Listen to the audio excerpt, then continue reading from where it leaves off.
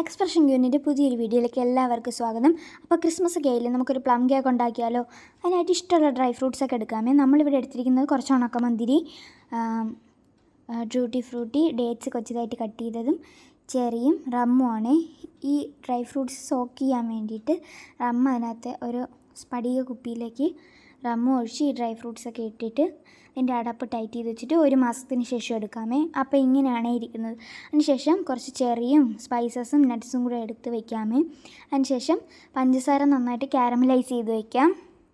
അതിനുശേഷം ഈ ഡ്രൈ ഫ്രൂട്ട്സിലേക്ക് നട്ട്സും മൈദയും കൂടെ ഇട്ട് നന്നായിട്ട് ഇളക്കി കൊടുക്കാം. മൈദ ഇടുന്നത് ബാറ്ററിൽ ഈ സംഭവം മുങ്ങി പോവാതിരിക്കാൻ വേണ്ടിയിട്ടാണ്.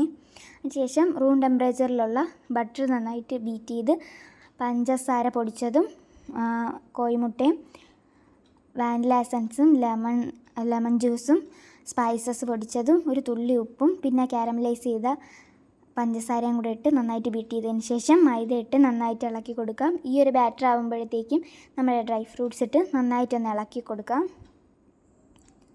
അതിനുശേഷം ഒരു കേക്ക് ടിന്നിലേക്ക് ബട്ടർ തടവി കൊടുത്തിട്ട് ബട്ടർ പേപ്പർ വെച്ചിട്ട് ഈ ബാറ്റർ നമുക്ക് അതിനകത്തേക്ക് ഒഴിച്ചു കൊടുക്കാം.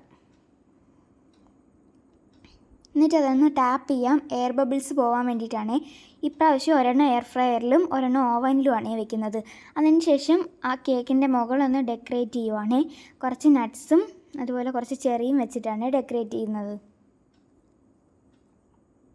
അപ്പോൾ നമ്മുടെ പ്ലം കേക്ക് റെഡി. എങ്ങനെയുണ്ട്?